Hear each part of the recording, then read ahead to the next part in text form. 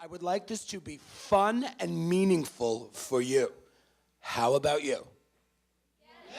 Thank you, mothers, for answering the question. I appreciate it. But let me tell you this. Fun and meaningful is an equation. Now, if you're an English major, history major, future, don't be nervous. If you're a science or math major, don't salivate because you love your equations. But fun and meaningful, fun plus meaningful equals me plus you. If you sit there like lumps, this thing is going to suck for you. If you come along with me, this will be over. You'll be out of here before you know it, all right? Good. So here's what I want you to do right now. A number of times during this session, I am going to ask for volunteers, okay? This is a very easy volunteer assignment that I'm going to ask to do. So right now, I need two of you. I need a brother and a sister to come forward. Brother, I saw your hand first. Come up here, yellow shirt. And you, sister, get your butt up here. All right. The name is Lexi, and the name is Brendan. You two don't interact with each other at all. Stand next to each other. Behind me. Thank you. Give it up for Brandon and Alexi. All right. Now, here's what I need you to do. I need you to put your eyes on Brandon and Lexi. Brandon and Lexi, in a moment, you are going to put your best professional behavior forward. You're going to imagine that you are in a professional setting, a setting within which you could advance your education or your career, right? Lexi, beautiful Lexi, you do not know whether Brandon is another student like you or someone who could help advance your career or your professional future. Brandon, same thing for you. Brendan, same thing for you. You don't know whether Lexi is like someone important or just another student like you. But you feel it is important to introduce yourself in an appropriate, warm, and professional manner. If you two were going to introduce yourselves in an appropriate, warm, and professional manner, everybody put your eyes on them. How would you do it? Oh, yes. Stay where you are, mothers. What did you see them do? Help me out. Oh, who said eye contact? Who said, brother, he's been through the training, man. He's like, they made eye contact, yes. People, the eyes are the mirror of the soul. What does eye contact communicate in our culture? Confidence, respect, yeah? I'm talking to you, right? If you're looking at me, you must be paying attention. I'm talking to you if you're looking at me. Good, they did do that. That was great. What else did they do? Yes, sister? Firm handshake. How did you know it was firm, lady? Sister was watching the squeeze, right? No, was it a nice handshake? Were you guys good? What did you notice when Brendan put his hand out to sister? What did he do? Did he go like this? Did he go like this? No, because she's a weak woman. No, he put his hand out and shook her hand. Lexi wished it was a nice, normal handshake. Right, brothers, I want you to think about this. When you're shaking hands with women, don't yeah, I know you're so strong. Give a woman a nice, firm handshake. She could take it. Sisters, I know you want to prove you're as strong as a man, right? So when you shake hands with brothers or each other, the goal is not to try to bring the man to his knees, right? You have nothing to prove. Also, sisters, I know you're princesses, some of you, but you don't shake like the Queen of England, right? Right? Good. And brothers, when you shake with other brothers, let me by the way, you know I'm calling you brothers and sisters, right? Okay, to my African-American, to my black friends in the room, I promise you I'm not trying to be down, brothers and sisters, right? I'm trying to, I mean brothers and sisters in family love. Are we cool with that? Nothing worse than the white man going, So are we cool? Are we cool with this? All right, so brothers and sisters, I mean it with love, not like trying to be down or anything like that. Okay, so brothers, when you shake hands with each other, you ever see guys, fellas, they try to bring each other to their knees, right? Like a nice firm handshake is good, so thank you, sister, for that. What else did you see them do? Anything else? What did they say? What did they say? They made like Beyonce, and what did they say? They say their names, say their names? Yeah, okay, thank you. Part of an introduction, right? Anything else you saw them do that we should know? Oh, who said it? Brother said smile, yeah. Have you noticed, you guys, how everybody's smiling at you? Your parents, the socks when you first started. Now the socks are cool, but at the beginning, how does everybody smile at you like this? Right, they look like they have to go to the bathroom. They're like this, right? And then they wonder why you're like weirded out by everybody, right? Why is all these people smiling at me? They don't know who the hell I am, right? They did not smile that way at each other. They smiled beautifully and normally at each other. In a moment, we're going to have a little contest, okay? Now, the contest is going to be the person that shakes hands with the most people, the person who introduces him or herself to the most people is going to win, look at me, a very big prize. Do you see this? It's not a big prize, but there is a prize for the winner, I promise, all right? So what we're going to do is we're going to, in a moment, now I'm going to ask you to stand up, and you can move around, and you're going to shake hands with as many people as you can. All you need to do is remember, right? You have to remember, count. Remember your numbers, right? No. So here's the way it's going to work, though. I want to tell you, it's important that you do this. We'll talk about why afterwards. But the one thing I want to remind you of is when you were checking it at Hurley, were you checking the hotties out? Yeah, I hope so. This is your chance to shake hands with the hottie. This is your chance to start getting it going, mothers. So use this time wisely, all right? Okay, so would you stand up? On the count of three, we're going to begin. Shake hands with the most people you can, all right? You guys are in it. Thank you so much. Count of three. 1, 2, 3.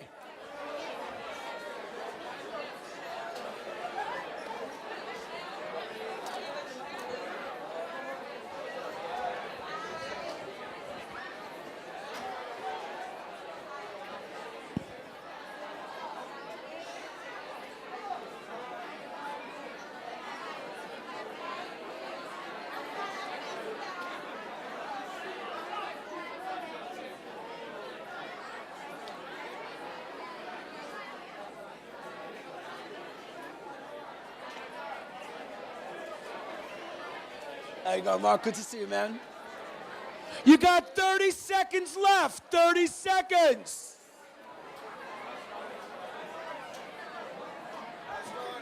How are you, Tim? Good to see you.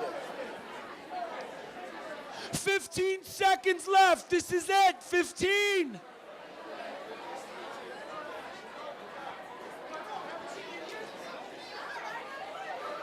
Five seconds. Time is up. Give yourselves a round of applause. As you make your way back to your seat, I want you to think about the number of people you shook with. If you shook with 5 or more, put your freaking hand up. Good, good, good. You shook with 9 or more. Keep your hand up. Good, good, good, good. If you shook with 12 or more, keep your hand up. Very good, very good. All right, if you shook with 15 or more, stand up. If you're lying or you don't know the exact number, sit your butt down. Thank you, honest people. Okay, 18 or more, stay up. 22 or more, remain standing. 25 or more, stay up. 27. Yeah, people are dissing you right now. If you're lying or you don't know the exact number, sit down. Okay, 30 or more, stay up. 33 or more, stay up. 35 or more, stay standing. 36, 37, 38. How many? Get up here, brother. Give him a round of applause. What group are you from? What group are you from, Matthew? Group 6. The Sexy Sixes, right? Your brother won. He pays 20. Sexy 5. No, we're sexy. They're not sexy. We're all sexy. He pays $20,000 a year for college, and I give him a sand-colored T-shirt. Thank you, Matthew. Give it up for him. I will never, never, never, never ask you to do something that doesn't make sense. Tell me why I ask you to do that. For those of you that didn't feel like participating, or you don't like the team builder or the icebreaker, you're cool. Don't worry about it. But why do I ask you to do it? It's fun. I love someone who says it's fun. Thank you, brother. Sister? It's good to get introduced to new faces and names. Yeah, right. Why? Why is that good? Because if we're going to go to school with them, right, Sister says. She's very practical, that pretty girl back there, right? She says we're going to go to school together. Yeah, here's the deal. Whether you're living here or you're commuting, I want you just to think about the power of putting your hand out there. You realize that, you're going to put your hand out there and 2 of you are going to have a baby someday. No, don't look at me like that. You know that there are 2 of you that will find each other and you will fall in love, get married, and have a child together. How freaking cool is that, you guys? You're sitting in a room with a person you don't know, and that person's going to be someone you might spend your whole life with, right? Be the love of your life, sitting right freaking here, right? Today I met your parents, right? I talked to your parents today. There were 2 sets of college sweethearts in here, right? You're the product of their love. that started in college, okay? So, but more than that, beautiful things, beautiful friendships, beautiful relationships start with a handshake. I want to tell you something. What Dr. Nunez said, the president of the university, said to you guys is true. You find your people, right? And not just because they're going to be the ones to help you or kick your butt when you screw up, right? They're going to be your people that are going to be around you for the rest of your life. It's a really cool thing. But if you don't put your hand out there and start meeting some people, you're going to find that college is much more difficult. My commuters, my friends who are living at home, not living on campus, it's crucially important for you to put your hand out there and find people, make friends, make connections. And how do you do that? You do that by joining things and making connections here. But you got to just work a little bit harder when you don't live here. But my resident students, you need to do the same thing, all right? So that's why I ask you to do that. It's the beginning of getting used to putting yourself out there and meeting some cool people, all right? That's it. Right now, not yet though, I'm gonna ask for a volunteer. And what I'm gonna ask the volunteer to do is very simple. I'm gonna ask the volunteer to come forward.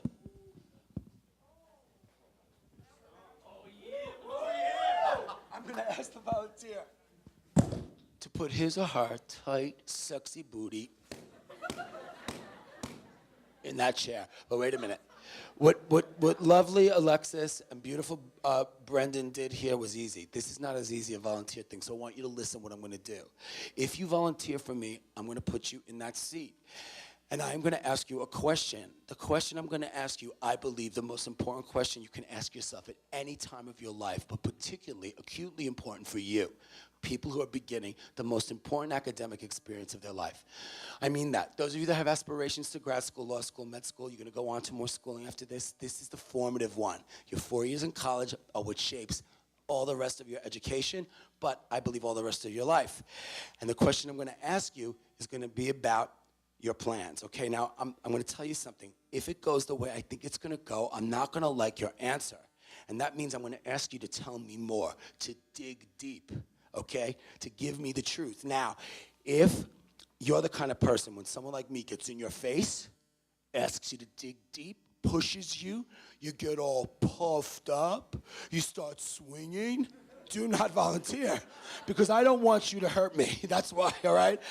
If you're the kind of person, somebody like me, gets in your face, asks you to dig deep, pushes you a little bit out of your comfort zone, and you get all like, weepy-eyed, why is he doing this to me? Why is he being so mean? You may volunteer. However, it would not be the first time somebody cried when they were in this chair. Now, I know what you're thinking. Why the hell would I volunteer for this? Let me tell you why. It's two reasons. One, if you are the person that volunteers, you're up for this, I promise you'll think about it. You'll be thinking about what we do to you in front of everybody. Don't volunteer yet. We'll be thinking about what you do long before. You'll be thinking about it more than just the time you're in the chair. You'll be thinking about it afterward as well. That's at least what people who've taken the chair tell me afterwards. They're really thinking about it. So you get the gift of having the experience of it.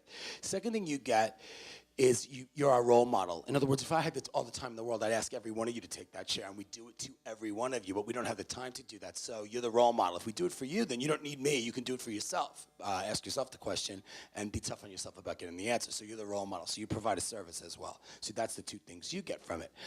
Everybody else has a job to do, so just keep in mind, like, you'll all have something to do during this, but the volunteer, let's get the volunteer first, and I'll tell you about that, okay? I saw your hand first.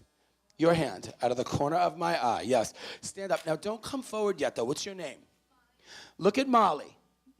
Look at Mighty Molly, everybody. Molly, 2 questions before I pick you first. Number 1, are you doing this of your own volition? In other words, of your own free will? Tell me yes or no. What'd she say? Yes. Remember that, mothers. Sister, did I, Michael, me, my friends, they call me Mick. Did Mick force you in any way to do this? Tell me yes or no. What'd she say? No. Good, thank you. When sister takes me to court for the emotional scarring, you are my witnesses. Miles, take the seat. Everybody give it up for Molly.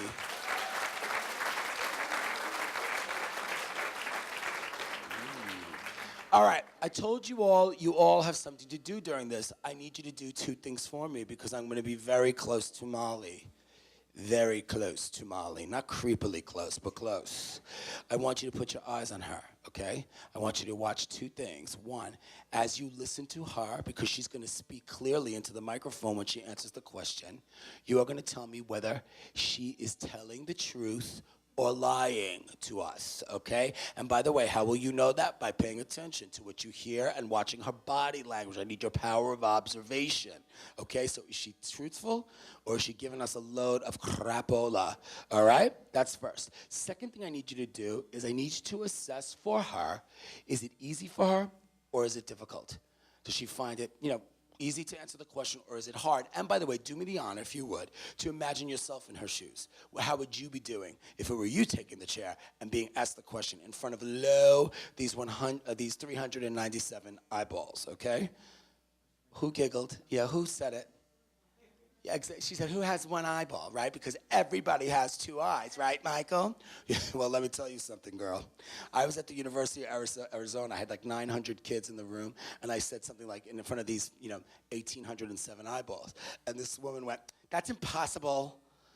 Everybody has two eyes. That's an even number. Anal math major. So I said, yeah, well, how do you know? Maybe somebody has a glass eye. And I swear to God, a woman in the back of the room, she stood up and she went, I do! I have a glass eye. She was so proud of her eyeball. I looked at the student that called me and I went, see?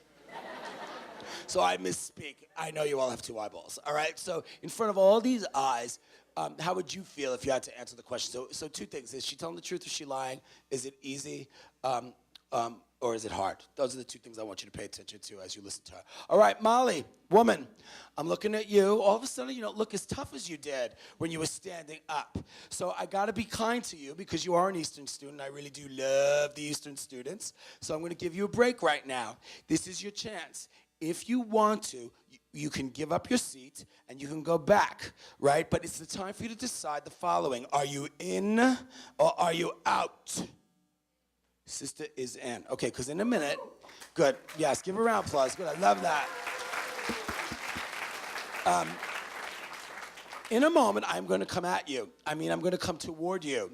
And I'm going to ask you the question, okay? I want you to answer the question loud and proud into the microphone so these mothers can hear you, okay? I want you to answer the question as you see fit. But I want you to answer the dang question. Do not lie to me. If you lie to me, I'll know. That's from Silence of the Lambs. Are you ready? You're 100% ready. Okay, Molly, I want you to answer this question loud and proud into the microphone. What do you want? No. What do you want out of your time and your life? Really? To have fun. To have fun? Oh, she wants to have fun. That's what you want out of your life. Malls, baby, I got to ask you a question. You're a fun girl. Yes, you are. You went to high school. Did you have fun? Okay, so I asked Molly in front of all of you, what do you want? And Molly says very prettily, very confidently, I want to have fun. So you've already had fun, you told me. So now you're ready to die. 18 years old, had the fun, got what I wanted out of my life so I can die. Is that what you mean? No. Then what do you want, Molly? Endless fun. Endless fun, right? So for that, sister, your fun, you're going to pay 20 grand a year. You couldn't figure out another way to have fun. You had to come to college to do that. I want to succeed too. Oh, no, Molly. You told me you want to have fun. Now she wants to succeed. Okay, Molly, let me tell you, are you a slouch, a dope? Did you suck in high school? No. Oh, no, because you know why? You got into college. Generally, that's successful, yes or no? I think so. Oh, so you did that too. You had fun and you succeeded, so you can drop freaking dead. Molly, answer the question. What do you want out of your time in your life, really? To have fun and to succeed. What does that freaking mean? Because you did it already. Well, And don't say more fun and more success. What does it mean? I didn't achieve all my goals yet. So So are the goals what you want? Are the goals what you want? Yes, What are the freaking goals? I want to be an elementary school teacher.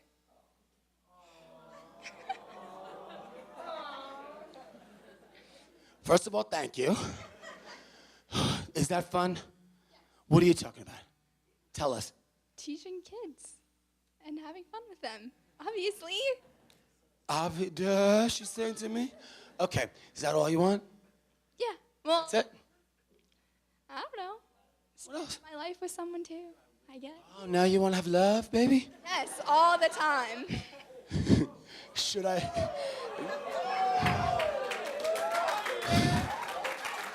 Very popular at the dance tonight. Very popular.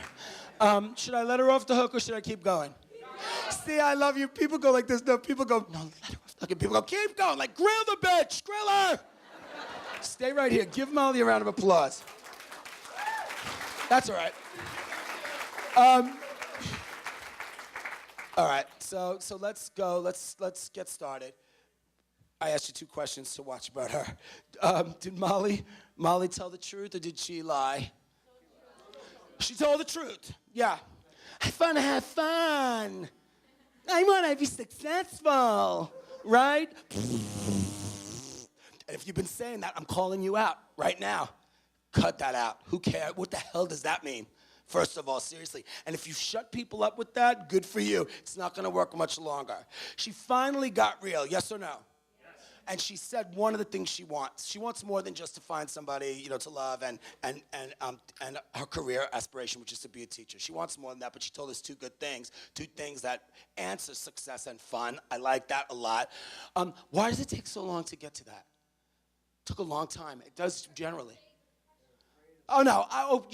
Okay, we're calling you out, girl. Pretty bow girl. Name? Tatiana. It's vague. What do you want out of your life? That's a vague question. You can't answer that? Maybe I can. Oh, so how vague is it, babe? Let me ask you this. That's not why it takes so long. It takes so long because I know a secret about you. I know a secret about someone in this room, and if we could find you, I would talk to you, but you won't admit it. There is a man or a woman in this room who dreamed about being a movie star. Oh, yes, you did. Yes, you did. Thank you. The man or woman who dreamt about being a movie star, let me tell you something, used to, when you were 7, 9, 11, 17, sang into the mirror with a brush. You imagined yourself on the red carpet at the Academy Awards. You imagined yourself dating the latest Hollywood hottie. You, my friend, were going to be on the cover of People magazine. And by the way, something happened to that dream. What happened? It died, right, it did. Very good, Tatiana, it died. And let me tell you why it died. It's not because you gave it up completely. It's because you made a fatal error in that dream. Do you know what the fatal error for some of you was? You didn't give up. What's that? Well, what you did before any of that, before you gave up or it died, is you told somebody. And when you told somebody, I'm going to be a movie star, they went, you? You have to be good looking. You have to have talent. Oh no, you're not going to California with those wackos. You'll stay in Connecticut. You'll be an accountant, and you'll go to Eastern Connecticut State University. That's what you'll do. And what did you learn? You learned that what you want out of your life isn't all about you. It's about mommy and daddy and grandma and grandpa and your circle of friends and whatever everybody thinks is acceptable for you. I'm here to ask you today, if you have been a person who's been lying about it, to anybody else or to yourself, to stop it now. And if you don't know the answer, that's fine. Start to figure out what you want. There's a reason that 9-year-olds run around and tell grandma they want to be a lawyer when they don't know what a lawyer does. It shuts people up. And I fear that that's what we do. When we're asked, particularly when we're younger, what do you want? What do you want? You tell them things that just get them to leave you alone. And what happens is when they leave you alone, you know it works, and then you stop really thinking about it. I want you to think about it, because never again in your life will so many people be focused on you. in your undergraduate years, they're gonna focus on helping you to develop the tools and skills for you to get the things you want out of your time in your life, personally and professionally, all right? Molly, do you wanna say anything about your experience? Do you wanna get anything off your chest? Do you have anything to tell us about what you want that lets you fully express yourself? Now's your chance. You good? You have a lot of poise, and I loved your responses. Take that shirt. Oh, give me my money back. Thank you. Thank you very much. Give her a round of applause again. Thanks. Easy or hard? Easy or hard? His brother says easy. And maybe for some of you it might be easy. For most people, what do you think? On a scale of 1 to 10, it rates a 6. Yeah, that's harder than easier, right? She's a science major here. On a scale, are you, by the way? No. Oh, math? English. Oh, God help me. Scale of 1 to 10, she says 6. I think for most of us it's harder than that.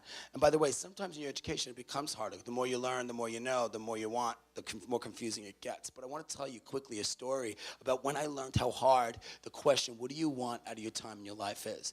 I live in Chicago. I grew up in New York City, but I live in downtown Chicago. My friend works for a company that makes big, brightly colored party cups. In fact, his grandfather invented this particular brand of big, brightly colored party cups. Why? Why? There's a reason I'm not naming it, but if you figured it out, you figured it out. Big, brightly colored party cups. I don't know why college kids love those cups so much, but they love them. They love them.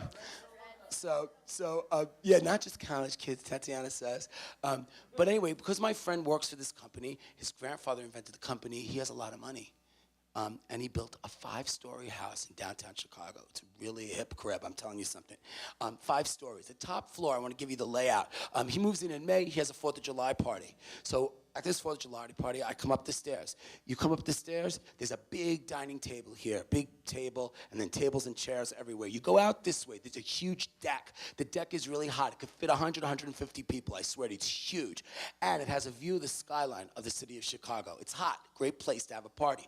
If you go this way, there's a kitchenette. And because it's the 4th of July, people bring the red, white, and blue desserts, you know? So there's all those strawberries and Jell-O and crapola over here, all right? I come up the stairs, and at the table are 3 women I know and a man I do not. The man I come to learn, his name is Matt. He's 32 years old. It's important that you know the age, okay? I come up the stairs. Now, these 3 women that I know for about 10 years, I should describe them to you. They're women. Do you know women? Like women, tanned, toned, stylish, jeweled, made up, done, sexy, like Sex in the City, only not sluts. You know what I mean? Like nice girls, but really pretty, right? They're sitting in chairs, and when I join the table, they're talking about what they do for a living. Now, they're very successful. One of them says, I'm the advertising sales manager for the local CBS affiliate. One woman says, I do dental sales. I manage the upper Midwest in Canada. And then one woman says, I'm a medical trainer. I train for the large pharmaceutical company I work for. Right? Then they all look at the man, and I do too, because we don't know the man whose name is Matt. They say, what do you do? And Matt says, I work for a multinational company. I speak a little bit of French, so that helps me. I do 2 things for the company. I do finance, and I do a little bit of information systems, computer work for them, right? Then everybody looks at me, and Matt, because he doesn't know me, the women do, Matt says, what do you do, Michael? Now, my friends, how do I explain this, right? So I say to him, I'm a speaker. And he goes, what? And I said, I do like keynotes and endnotes. I speak at new student orientations at college. He goes, what do you do? I said, I give like talks at conferences and at colleges mostly. And he goes, oh, I get it. I know what you do. And he points at me and he goes, you're a motivational speaker. So I go like this. Yes, I guess. But I don't live in a white van down by the river, which he laughs at, right? And then he says to me, do 5 minutes of what you would do. So I'm like, what? He goes, do 5 minutes. Do 5 minutes of what you would do. I'm like, oh, no, it's my day off.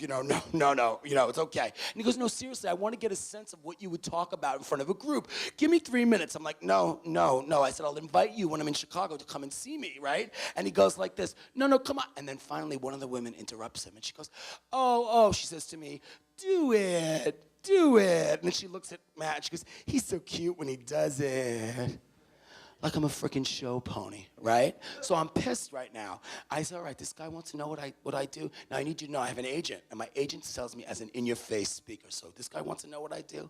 I'm gonna freaking show him. So I get out of my chair and I get out, imagine him sitting here, and I go, Matt, you wanna know what I do? This is what I do. I get people to think. And I said, I want you to think right now, what do you want? What do you want? And don't shit me. Tell me the truth. What do you want out of your life? And don't lie or I'll know. And he goes like this, 32 years old. He goes, really? I went, what do you want? What do you want out of your life? And he goes,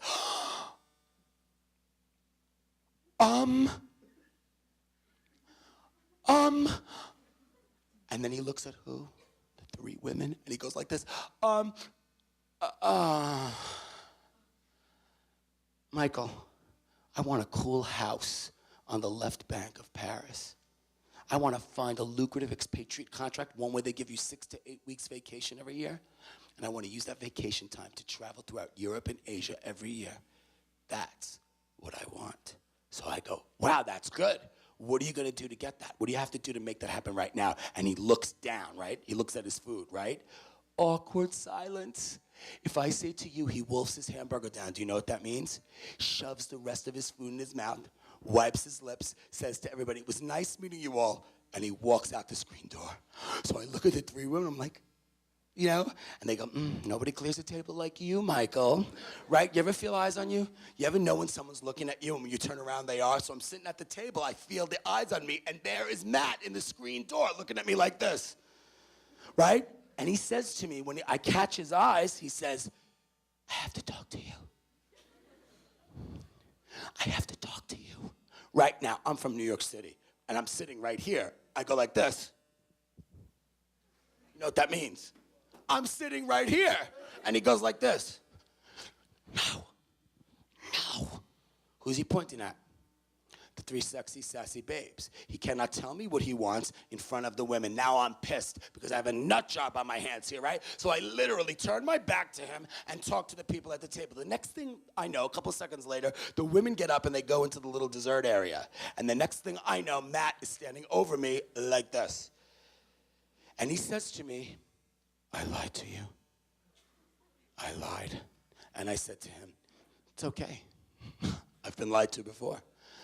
And he goes like this. So I say, Matt, do you want to tell me what you really want out of your time in your life? And he goes like this. So I say, whenever you're ready. And this is what he said to me. I lied to you. I said what I said because it sounds good.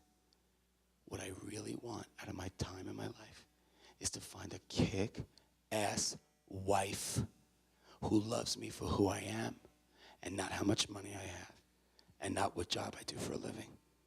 That's what I really want.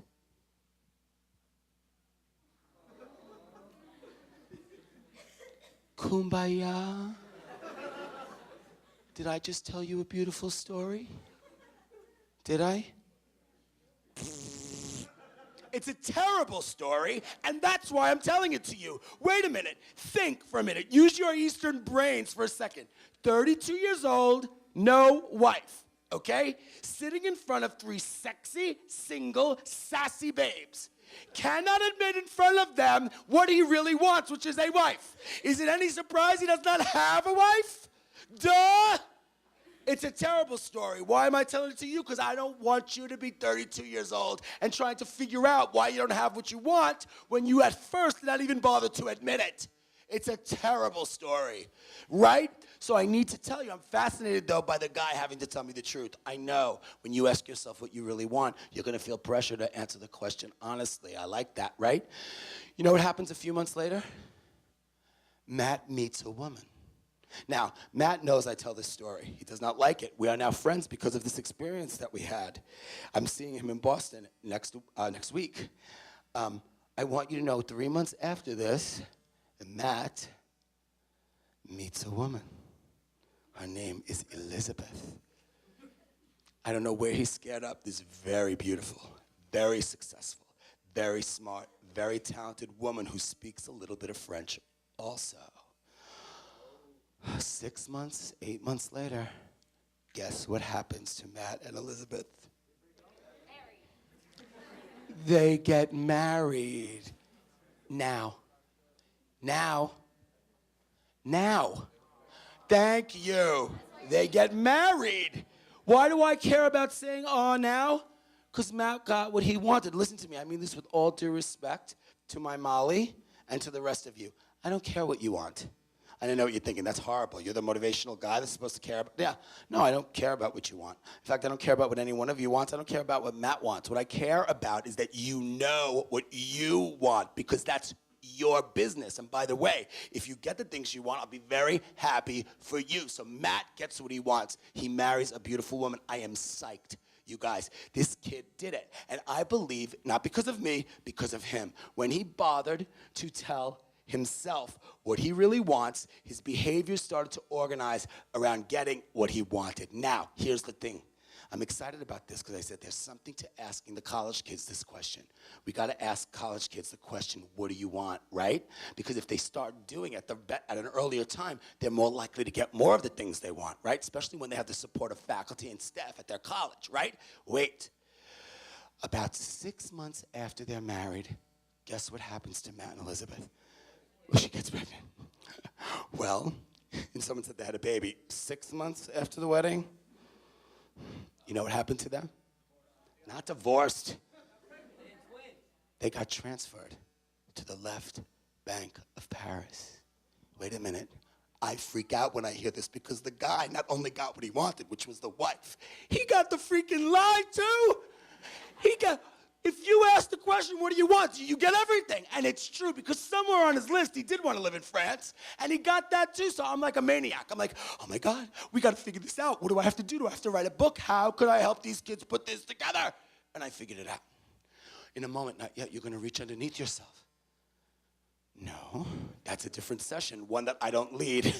You're going to reach underneath your chair. And if you reach underneath your chair, you may find an envelope. If you find the envelope, you're going to win a prize. So help me out. There are 5 of them only. If you have one, feel underneath. If you have one, show me. Brother's got one. Thanks. 1, 2, 3. There are 5. Help me out. Feel the empty chairs for me. Nothing embarrassing. If you have an envelope, it's nothing embarrassing. You got one, brother? 1, 2. If you have it, hold it up for me. 3. Oh, there's one under that chair. I can see it. Sweetheart, you have one. In front? Yeah, there it is. Thank you. Good. All right. And by the way, I know what they all say. If you have one and you don't read it, you're just giving up a prize. So it's totally cool.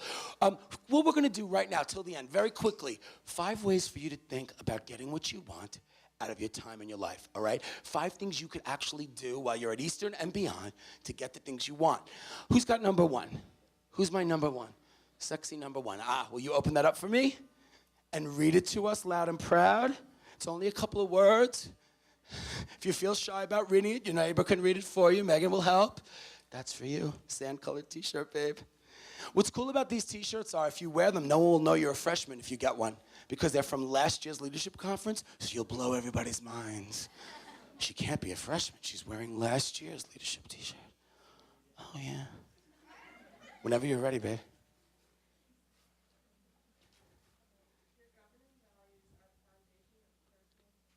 Will you do it one more time for me? I know you don't want it, but do it for the shirt.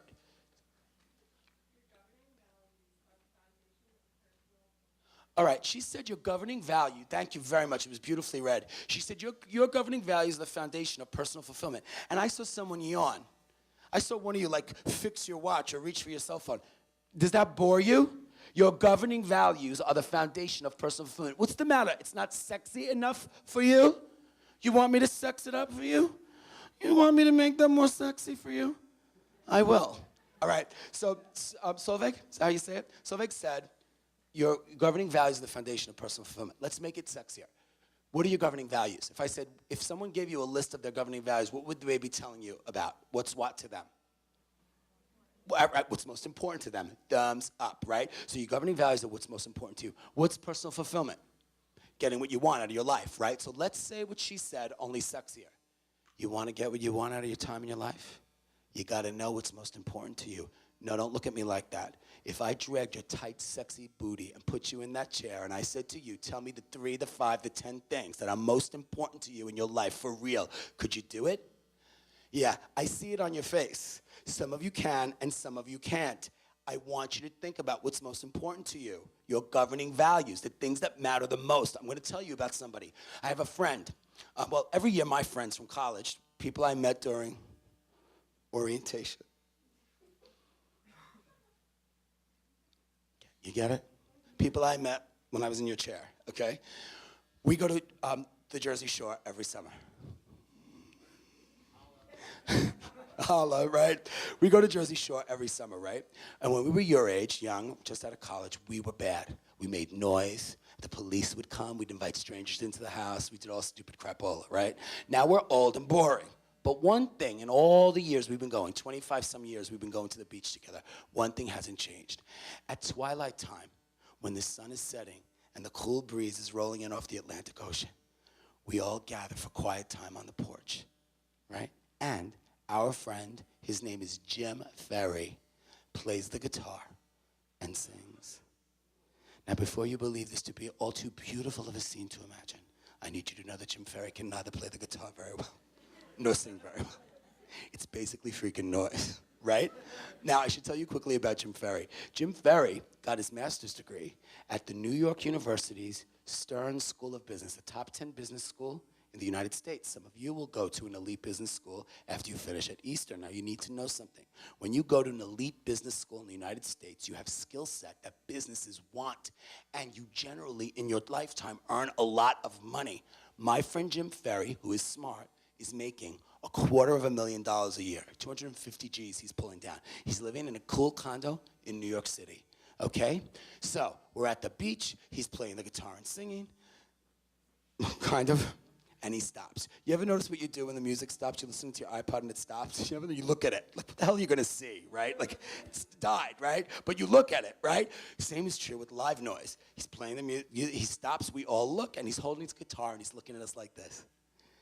He said, I have an announcement to make. We're like, okay. He said, at the end of the month, I'm going to be moving to Omaha to do a community service project. So we're like, snotty East Coast people. Omaha? Like, where the frick is that? Right? Nebraska? Kansas? Who cares, right? And he goes, and when I come back from that, I won't be going back to my job. I've quit. So now we're listening because he's thrown $250,000 a year away. He said, I've decided to quit my job and join the seminary. I'm going to become a Roman Catholic priest. It's okay if you giggled. We did. And then we realized that he was serious. So we did what all good friends do. We smiled, we nodded, and we talked about it behind his back all night long. Now, I do need you to know that I haven't seen him in the whole year because he really did. He went into the seminary. He's going to be a priest. My friend, he was 35 years old at the time, I'm telling you. So that's shocking, right? The next summer, who do I want to see the most? Him. We go to the beach. There he is. I'm like, Jim, what's going on? How's it going? He says, Michael. No, he was not in his priest clothes when he showed up at the beach. He says to me, Michael, I said to him, how's it going? How's everything? Tell me everything. He goes, Michael, I've never been happier in my whole life. So now I'm like a little pissed, right? Because I'm like, wait a minute. I said, you worked so hard in grad school to get that master's degree, right? I said, you kicked butt in your job. You moved up the ladder fast. You're making $250,000 a year. And now you've never been happier in your whole life? And he goes, Michael, think about how I lived my life when I was working at the bank. Think about how I lived. I would get up at 5 o'clock in the morning, every morning in New York. I would go to the soup kitchen, serve the hungry and the homeless, right? I'd work through my job to get through the day. Then I would join my parish council, be in the prayer group, go to Belize, Guatemala, and Brazil, use my own vacation time to build houses in those countries on my own time. He said, that used to be in my life what else I did. Now it's what I do. I've never been happier. Think about it. If you asked Jim Ferry what his governing values were, what would he say? spirituality, service, like those would be the number one things. And when he moved those things to the center of his life, the things that he got to do every day, what is he telling me? He got what he wanted out of his life. He's never been happier. Now, why am I telling you this? Because you need to go out and join some religious thing and do some community service if you don't feel like it? No, I'm not telling you that at all. I'm asking you to tell me what's most important to you, right? If making $1 million is most important to you, that's cool. But then when I say, what do you want? And you tell me you want to be in early childhood education, something might be a little wrong with that. Because do early childhood education people generally make $1 million? No. Or maybe, talk to the owner of KinderCare. She did. You got to figure it out. What do you want? How do you make your values get you the things you want out of your time in your life, right? Good, good. You got it? Who's got number 2 very quickly? Brother, you're getting the sand-colored freaking T-shirt. Open that envelope and read it, please. Good catch, Tyler. Your behavior is, wait, Tyler, you said what? What? Your behavior is a reflection of what you truly believe, right? So if I said to you, what do you truly believe? You might say to me, Michael? Well, I believe I'm coming to Eastern to get an education. I want to learn everything I can to have the best life I can have for myself. In fact, I want to learn everything I can to make the best life for myself and be the best professional I can be. I want to get an education, Michael. I'm here to learn. In fact, I'm going to learn everything I can to make my life better. And you know what? I might learn more than that to make myself the best professional I can be, to maybe make my company better. You know what, Michael? I'm going to learn everything I can. I'm going to change the freaking world, Michael. You know what, Michael? I'm going to be a freaking scholar. That's what I believe. And I'll say, man, you are freaking insane. But you're cool, and I want to know what happens to you, right? So in October, when I'm traipsing through sexy Willimantic, I'm going to come to see you. I'm going to go to the registrar. I'm going to get your schedule, and it's going to say 9 a.m. to 9:50, principles of macroeconomics. Oh yeah, brother, sister, I'm showing up at that room to find out how it's going, learning everything you can. It's a Friday morning. It's October in Connecticut. It's cool and it's crisp. I show outside the door and I wait and I'm excited because I got to know how this beautiful young person you are doing, learning everything you can at this very nice, very fine institution. And I wait. The class begins to end. I can tell because the students through the window are putting their books away. All of a sudden, they start to come out, the warriors, the Eastern warriors, and I'm waving to them. But I'm looking for you because I want to know how it's going, becoming a scholar, learning everything you can, what you told me you believe. And I'm waiting, and I'm waiting. The professor comes out and turns the lights off and shuts the door. You're not there. I'm freaked out. So I'm going to come to your residence hall room. Oh, yes, I am. Oh, yes, I am. I knock on the door, right? The roommate opens the door and looks at me like this. Yes? And I tell them I'm here to meet the scholar, the person that's learning everything he or she can to get what he wants out of his life.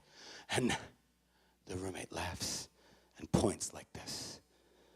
And when I turn and enter the room and walk in the direction of the finger, there you are, in bed, hung over. Because it seems that brother or sister were under every keg from Stores to Hartford last night. Let me ask you this. I know some of you are like, I don't even know where Stores or Hartford is. I know. Let me ask you this. Your behavior is a reflection of what you truly believe. So which is what you truly believe? What you told me or what your behavior tells me? Oh yeah, I know you know the answer. You know what? But here's the thing. You can tell me all about it. You can tell me all about how you want to be a scholar. But you know who knows you're full of it? Your roommate. Oh, they know. That's why they laugh when I say I'm here to see the scholar and I'm talking about you. Okay? You know who else knows you're full of it? Your professor knows. You know why? Remember why one of the reasons you like Eastern? Because it's not a factory like some other big school down the road. You know? One of the things here is your professor's going to know you, and they're going to know when you're there and know when you're not there. So it doesn't matter what you told the professor about what your aspiration is. They're going to judge you on the way you behave, right? But you know most of all who knows you're full of shit? You. Yep, and by the way, I'm not the alcohol cop. Please don't take it like this is another person telling you to stop drinking.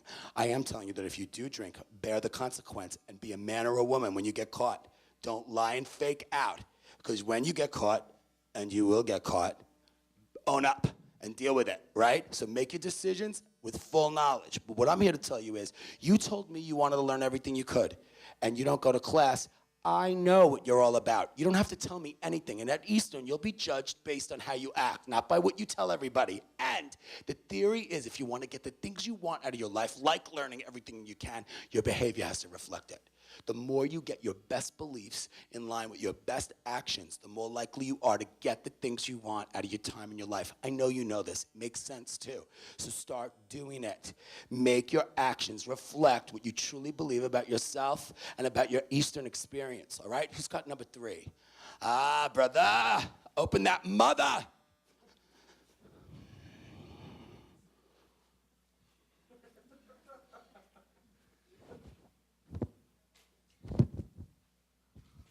Oh. Thanks, man.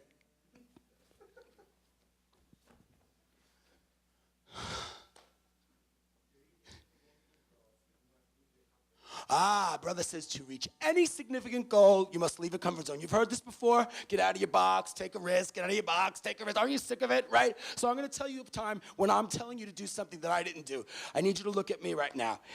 Eastern has an organization, the Campus Activity Board. Maybe you've heard of it. They bring speakers and entertainers to campus. But the cool part about the Campus Activity Board is that it's not some old people that work at the university deciding what speakers and entertainers come to campus. It's a group of students that spend a lot of money bringing sexy-ass performers to this school, right?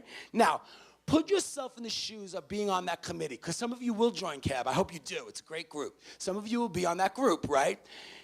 If you were going to pick a speaker to come to the campus to do like a leadership workshop, right? And my flyer came across your desk, and it was a picture of me alone or a picture of me with Oprah Winfrey. Which one would you look at and consider longer? Tell me the truth. I love it. Oprah, some of you are kind and said just me alone, but I know. Even I'm in the picture, and I would look at the one with Oprah longer. Okay, wait.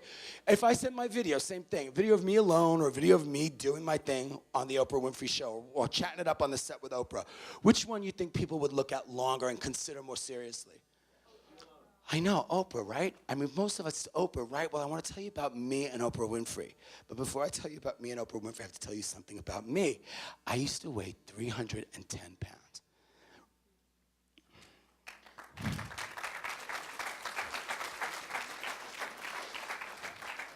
I assume you're applauding because you realize that I don't weigh 310 pounds.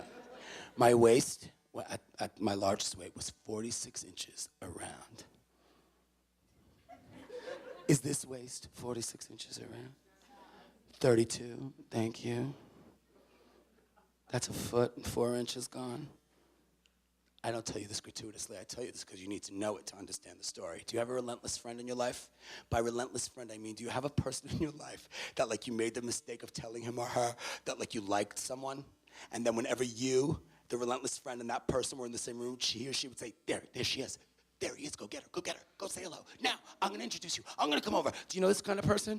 Right, I have one of these, but she's a business relentless friend. She never stops sending me business opportunities. One day I get an email from her, her name is Laura.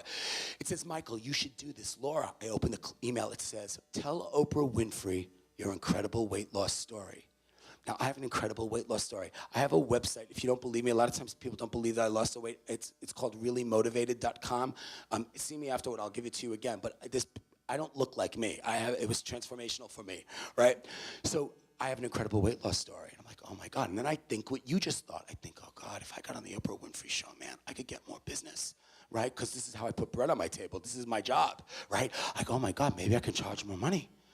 Oh my God, look what she did for freaking Dr. Phil, right? So I start to read what it says. And there's one section that says, tell Oprah your incredible weight loss story.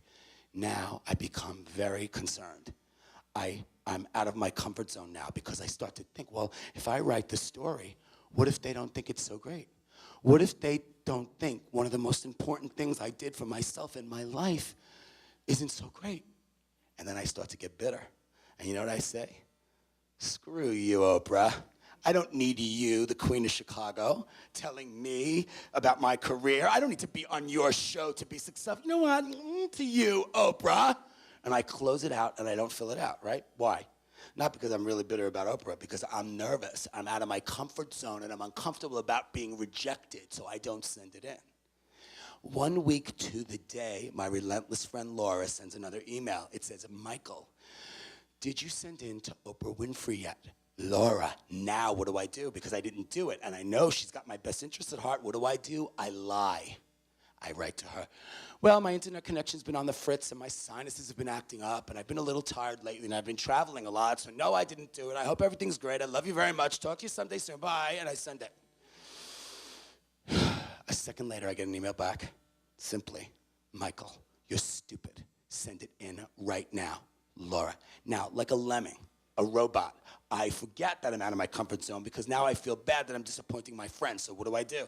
I go to the website again. It's name, phone number, fill in format, tell Oprah Winfrey your incredible weight loss story in 150 words or less. Now, you don't know me that well, but you know I speak at 150 words a minute. It's very hard for me to do this, but I get the mother done.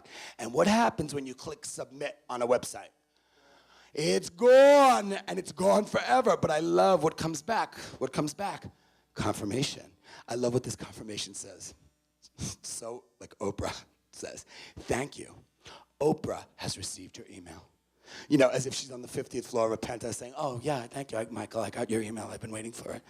Anyway, it says something else now. Listen to this. It says, now, comma, please send 3 before pictures and 3 after pictures, care of Harpo Studios, Box LH, Chicago, Illinois, 606, whatever. You know what before and after means? Euphemism for fat and skinny pictures. No. I mean, I know you think I'm an idiot, right? Because what's the reason we watch the weight loss show is to see the transformation, right? But I'm not doing this. No. I'm not having Oprah and the TV people judge whether I'm good looking enough now to be on this TV show, right? I did the best I could losing this weight. I'm the best I can be. You know what, Oprah? I'm not going to hear from you that I don't look good enough to be on this show. Screw you again, Oprah. I'm not sending the pictures. That night, I'm on the phone with my best friend from college, my best friend that I met when? Orientation. Godfather of his first child. Thank you very much. We're on the phone. He lives, thank you. We're talking on the phone. His wife's on the line. We're chatting, the 3 of us. He says, anything new at work? I said, I had this opportunity to get on Oprah, but they need fat pictures, and I don't have them. Lying. I was fat for 30 years. I have fat pictures of me. He goes, wait a minute. What's this? You could be on Oprah? What? And I just explained it to him, and he goes, oh, this would be so good for you. This could be so good for your career. Don't you think you should? I said, Andrew, I don't have the pictures. I don't have the time. I'm not doing it. And I changed the subject. We chat a little bit more. We hang up. The next morning at 10:30, my doorbell rings. It's not Oprah. It's the FedEx guy. It seems my roommate and his wife had a little picture party. They went through the old photo albums and found 3 choice fat pictures of me.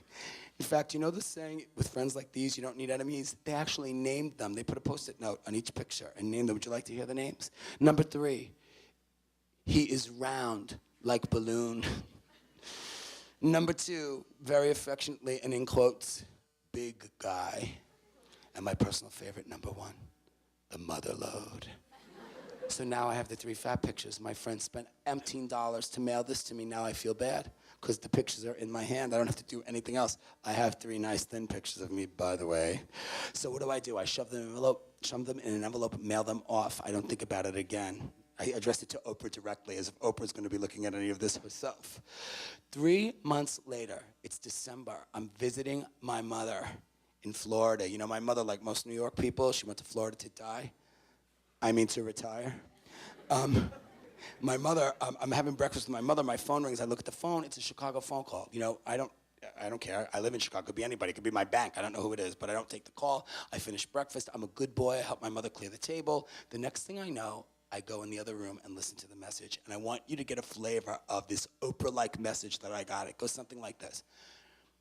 Hello, Michael. My name is Lisa. I'm a producer with the Oprah Winfrey Show. We read your story. We saw your pictures. Oh, boy, do we want to talk to you. By the way, today is Friday. We're filming the show on Wednesday, so please call right away. Ooh, bye. Click. I'm like, Oprah's calling. Right? right? Now, if you were freaked out but getting control, like being comfortable with being uncomfortable, like knowing you're out of your comfort zone and trying to get control of it, what would you do? Would you tell your mother? Maybe if you had a good relationship with her? Would you call Oprah back? I make Oprah Winfrey wait the weekend. I know. I call on Monday, right? I go in the other room. I dial the number. She answers the phone. Hello, Oprah Show. This is Lisa. I said, hi, Lisa. This is Michael Miller. Michael, we've been waiting for you. And then I start talking. I start telling her that, yes, I was overweight for most of my life, but I was a happy fat guy. I was not afraid to dance in public. I asked people out on dates. I was happy. I was a happy, chubby, fat guy. In fact, I was so happy, I was almost jolly. In fact, I was so jolly, I did everything but deliver presents on December 25th, right? Ever feel the energy drain away when you're on the phone with somebody? Like you're saying the wrong thing, right? So now, me, stupid, what do? I feel this. I don't stop talking and wait. I keep talking. Finally, she interrupts me. And she says, oh, Michael, you sound like such a wonderful guy, but you are absolutely not right for this television show. We were looking for people who, when they were overweight, they were miserable, and in the process of losing the weight, they also changed their outlook in their life. You were always happy, so what did I do? I tried to backpedal. I said, well, there were some dark moments I could tell you about. She goes, no. I think you were always pretty much a happy guy. So it would be my great pleasure to offer you 2 tickets to come and see the show. I don't get on the Oprah Winfrey Show. Yeah, thanks for your sincerity, mothers. Unless maybe you're not being sincere, you don't care because you blame me. You do. If you do, you're right.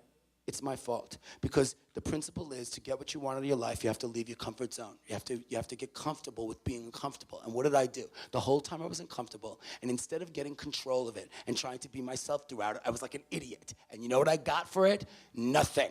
Now, that was very nice of you to listen to my failure on the Oprah Winfrey Show. But you're saying to yourself, why are you telling me about this? I wasn't on the Oprah Winfrey Show. You know what, mothers? Each one of you has an Oprah story. I'll remind you of one of your own. Would you like me to remind you of one of your own? Any of you go to high school? Yeah, you all did. Do you remember in high school how teenage girls stand, high school girls? How do they stand when they talk to each other? They stand in a circle generally, and they chatter away about whatever they're talking about. Now, if you were one of these girls, and you were a girl who was into boys, you liked boys in high school, and you were talking to your girls, do you remember what happened when Big Man 198 at AOL.com would walk by your circle of girls? Brother would strut by like this, right? Right? And what did the group of girls do? They would be like this. Oh, he's so cute. I love him. I want to go to the dance with him.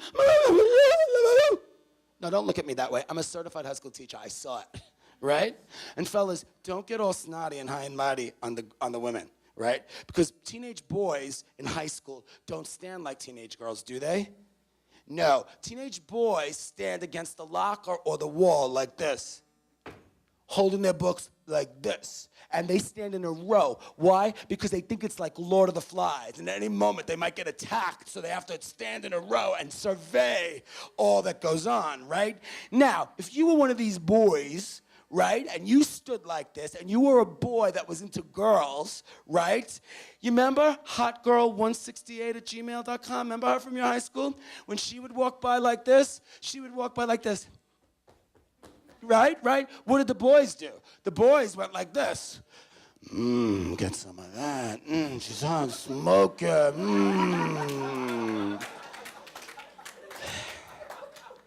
Now, girls and boys who like girls and or boys, where were you on Saturday night, brother? Oh, no, you weren't with hotgirl198@gmail. You know where you were? In someone's basement playing Wii with the boys.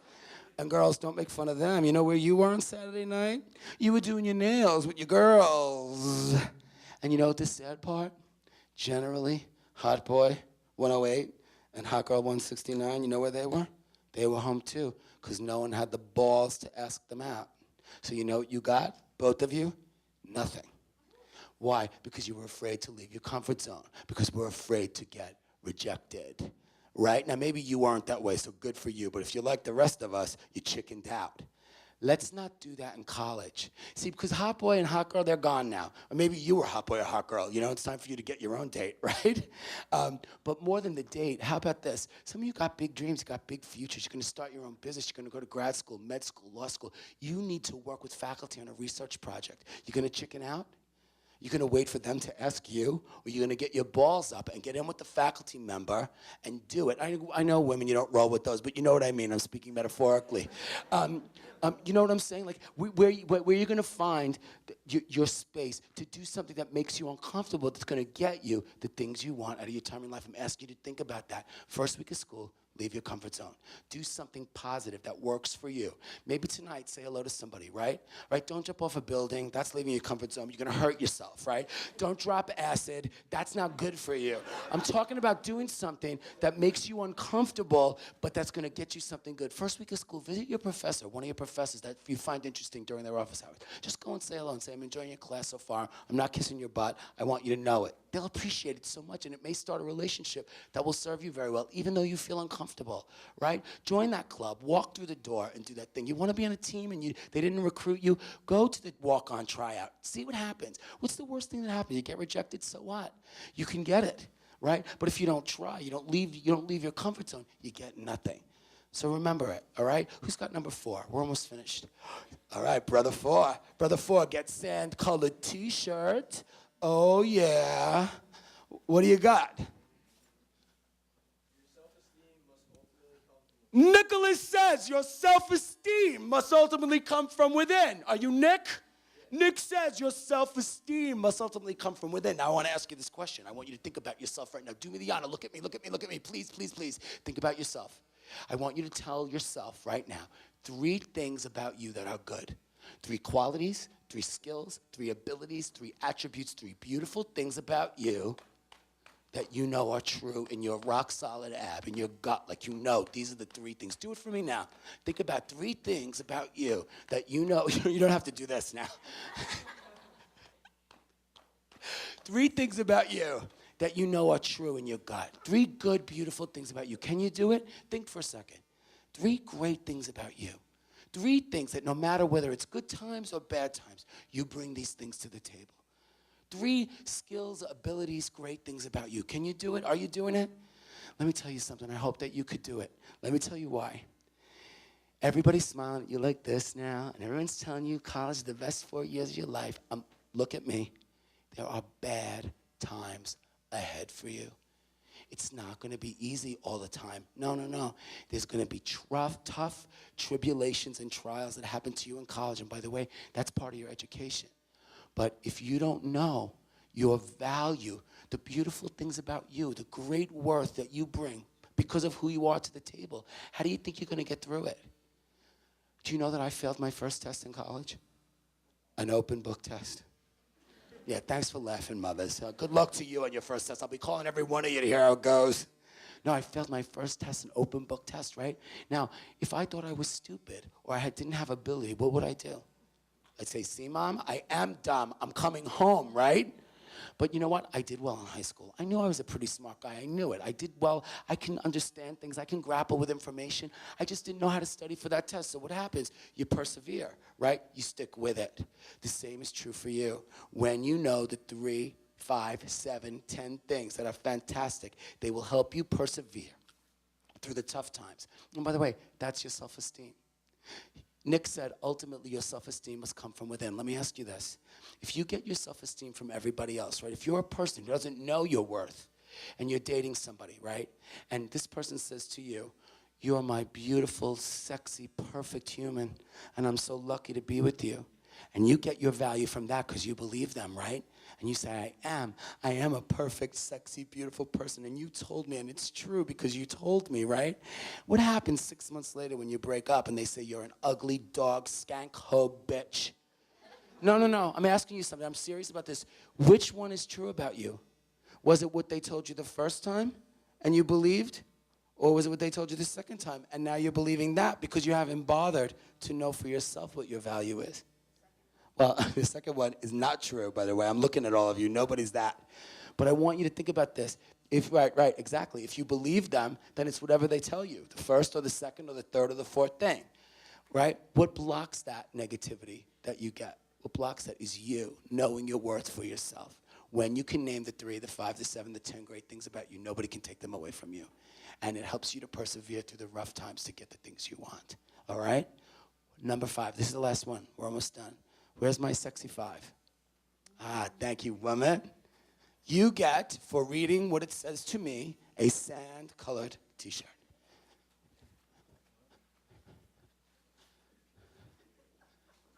Alana, Alana. Come on, baby. Give it to us. Give more and you'll have more. How many of you would say you were busy in the last 365, the last year? Put your hand up if you're a busy person. Show me. I know you're busy. That's how you got into college, by being a busy person, right? And I'm telling you, to get the things you want at your time in your life, you have to give more. Give more and you'll have more. Not give more so you get more. Give more and you have more. And you're saying, give more? Give more? Give more? I give and I give and I give and I give and I give and I give and I give and I give. I can't give any more. In fact, I'm coming to freaking Eastern to give less. And former fat guy is telling me to give more. I am. I'm asking you to give more. But stop giving more to everything. Give more to the things that mean the most to you. The people and the things like your education that will get you the things you want out of your life. Last story for you. I was working at a college here in Connecticut. My family was 75 miles away in New York. I'm very lucky I have no sisters. No, that's not what I mean. I have no sisters, and I'm very lucky because my brother married 2 women that I treat like sisters. My sisters-in-law are like sisters to me. I love them both, Donna and Gladys.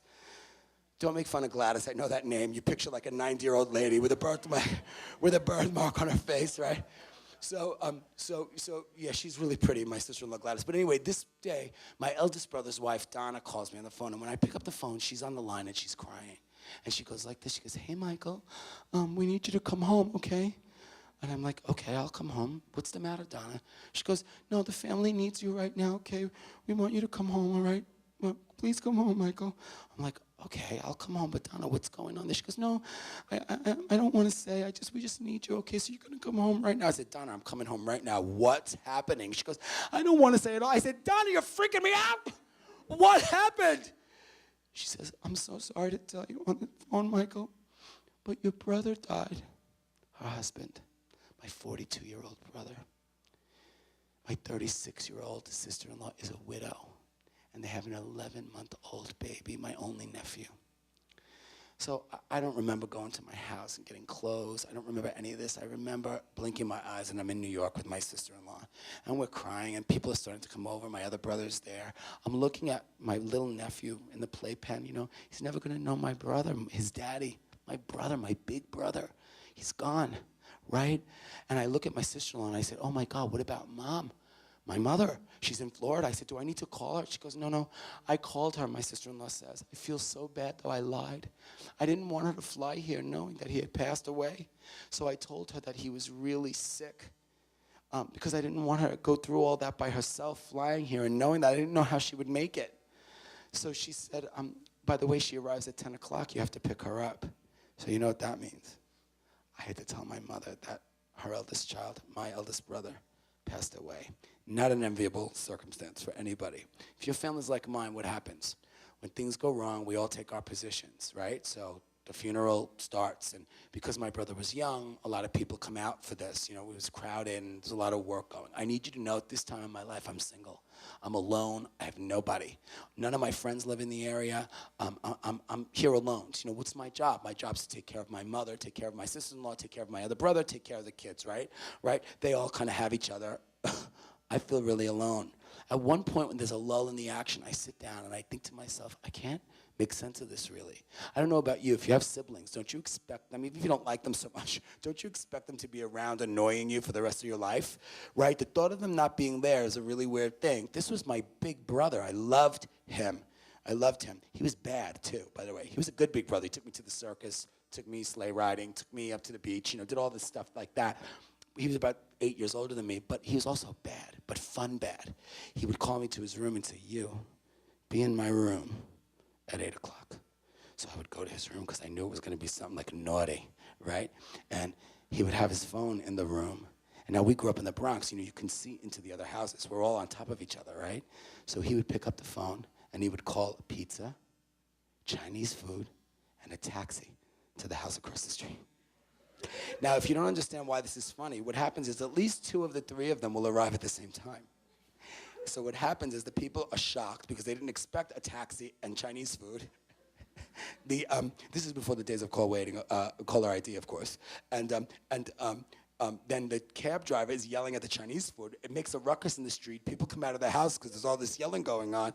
And it's a great way for kids to kind of control their environment, right? Now, my brother had one rule. You cannot look directly out the window. You cannot, because they will see you look, and that will cause suspicion, right? But I was young. I was 8 years old. I had to see what was going on. And I looked. And about 20 minutes later, the phone rang. Mrs. Saglambini across the street called my mother and said, "Did Michael just call pizza and Chinese food and a taxi to our house?" My mother hit the roof. We were called immediately to a hearing with our parents. My brother owned it all. Took the rap, right? Like a big brother does. He took all the punishment, grounded for 2 weeks, like in big trouble, had to go and apologize in person to the neighbors. While I had all the pleasure, I got none of the pain and none of the punishment. That was my big brother, right? And now he's gone. He's died, right? And I don't know what to make of it. And I feel like the loneliest person in the world because who am I going to bother about how I'm feeling? My mother lost her child.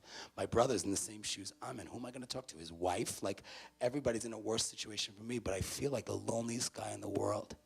And I swear to God, I look at the door to that funeral home, and who walks in? My best friend from Texas, the one who sent the fat pictures, and his wife. And by the way, they did not know my brother. Why are they here? They're here for me. And I think to myself, am I just the luckiest freaking guy in the world? When they moved to Texas with a 4-bedroom house to unload, who flew down there on his own expense to help them unload that in 198,000 degrees in Texas in the middle of July? Me? And why did I do that? Because one day my brother was going to die, and I'm going to need you to come and help me. I'm going to give you so I have you. No, I'm like you. You take care of your people. You give more to your best, and what happens? Just when you need it, you get more, right?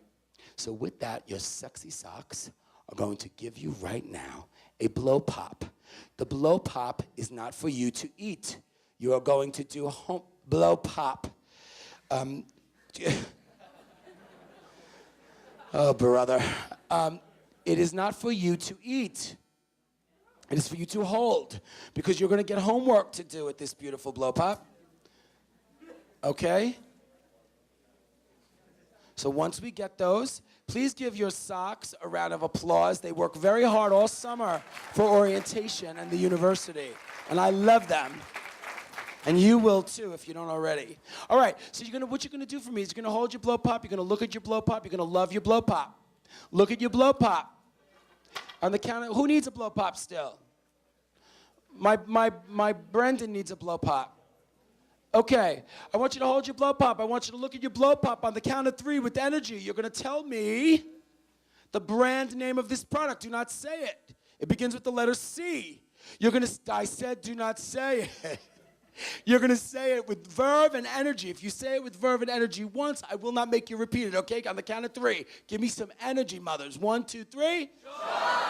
Thank you for charming me today. No. You could be so rotten and miserable to me. You're hot. It's your orientation. You don't want to hear the speaker, and you're so damn cool to me. I appreciate it more than you'll know. Thank you. It's one of the reasons. Thank you. It's one of the reasons. It's one of the reasons I love Eastern, because Eastern students are cool. You're good people, good students, and smart, and you pay attention, and I appreciate that. Now, here's your homework. I want you to hold your blow pop. I want you to love your blow pop. In the spirit of giving more and having more, I want you to think about a person in your life who's charmed you. In other words, a person in your life who's given you more, and because of that person, you have more. And see, I like it because when you think of the person, you smile. You can't help it. I know. So I know some of you are lucky enough to have more than one person that's given you more, and you have more because of them, someone that charms you. I want you to choose one for me right now. Choose one of the many people in your life, because you're going to do something for them with this blow pop, all right? Okay, when you know who it is, look at me. Good. Okay, so we know who it is, all right? You're going to do one or two things. Very easy. Number one is easy. You're simply going to give this blow pop to that person. In other words, you're going to just hand it to them and say, some guy at my orientation told me to give you this, right? You're going to jam it under their door and risk damaging the blow pop. You're going to tape it to their windshield. You're going to stuff it in an envelope and mail it to them. I don't care. And you don't have to tell them why. Just give it to them, and that's that. If you do that, you will have given more, and you will feel terrific. You will have more because they won't know what it means, but who cares? You know that you put it out there. This person charms you, and you did something about it. Good for you. If you do that, done. But in the actual spirit of giving more and having more, I'm going to invite you to do the second option. And that second option is to do the same thing. Get this blow pop to that person, but tell them why they charm you. Tell them why you have more in your life because of them. If you do that, two things happen. One, you feel terrific. Second, they'll feel terrific. Why?